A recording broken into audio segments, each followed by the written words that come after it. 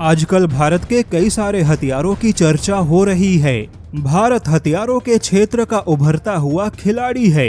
ऐसे में कई देशों को भारत के हथियारों से जुड़े रिजल्ट को जानने में काफी दिलचस्पी है। जैसे कि किसी परीक्षण में भारत के हथियार ने कितना अच्छा प्रदर्शन किया या किसी प्रतिद्वंदी के सामने भारत के किस हथियार ने किस प्रकार की क्षमता दिखाई। जैसा कि पिछले दिनों भारत के स्वदेशी ATAGS और पिनाका ने आर्मेनिया में अपनी क्षमता को साबित किया। मोरक्को में भारत के बख्तरबंद वाहन ने अपनी क्षमता दिखाई। लेकिन पिछले कुछ महीनों से तुर्की और भारत के हेलीकॉप्टर के बीच में भी एक शानदार प्रतिस्पर्धा हुई, जहां भारत के LCH प्रचंड और तुर्की के T129 हेलोस जैसे हेलीकॉप्टर के बीच में भिड़ंत हुई। और यहां पर भारत के LCH प्रचंड ने जो कारनामा किया, यकीन मानिए तुर्की ही नहीं बल्कि यूरोपियन देशों के भी होश उड़ गए।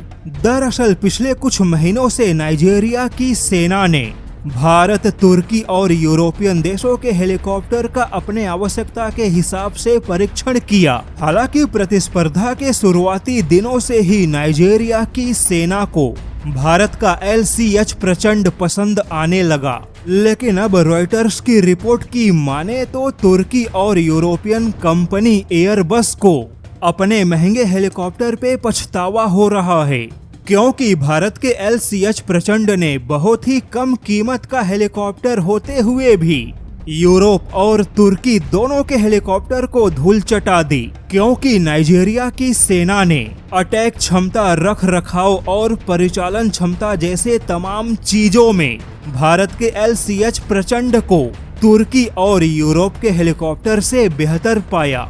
अब यहाँ पर आपको जानकारी के लिए बता दें कि तुर्की के 129 जैसे अटैक हेलीकॉप्टर की कीमत $45 मिलियन है, जबकि यूरोपियन कंपनी एयरबस ने अपने यूरोपियन टाइगर जैसे हेलीकॉप्टर को मैदान में उतारा था, जिसकी कीमत लगभग $68 मिलियन है।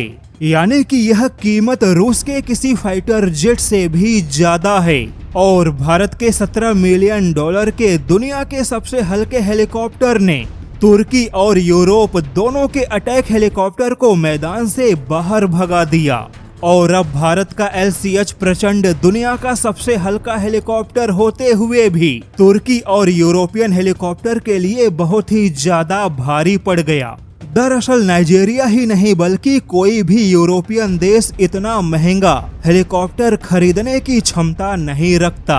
वहीं तुर्की के हेलीकॉप्टर के सामने एक और समस्या है कि अमेरिका ने तुर्की के हेलीकॉप्टर के इंजन की सप्लाई को रोक दिया, जिससे कि तुर्की पाकिस्तान को भी हेलीकॉप्टर नहीं दे पाया। ऐसे में पाकिस्तान अब भारत के प्रचंड का सामना करने के लिए चीनी हेलीकॉप्टर की तलाश कर रहा है।